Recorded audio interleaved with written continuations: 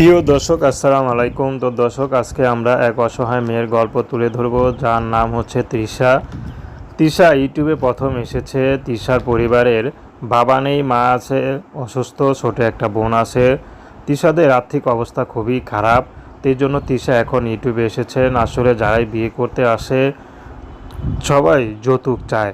তো তৃষার একটি কথা, যৌতুক ছাড়া যে তাকে স্থায়ীভাবে ভালোবেসে আপন করে নিতে পারবে, সে যদি বিবাহিত বয়স্ক হয়, তৃষার কোনো সমস্যা নেই।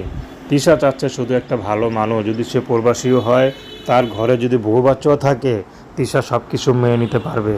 কিন্তু যে তার যৌতুক ছাড়া বিয়ে করবে, তার মনটা অবশ্যই ভালো হবে। তৃষা চাচ্ছে একটা ভালো মনের মানুষ, যার টাকা পয়সার প্রতি কোনো লোভ লালসা নেই, শুধু চায় স্ত্রীর মহব্বত। তৃষা তেমন একটা মানুষ খুঁজছে। তো দর্শক, এই ছিল তৃষার জীবনের সংক্ষিপ্ত জীবন কাহিনী। তো প্রেম, ভালোবাসা, বিয়ে শাদী করা একান্ত আপনাদের ব্যক্তিগত ব্যাপার।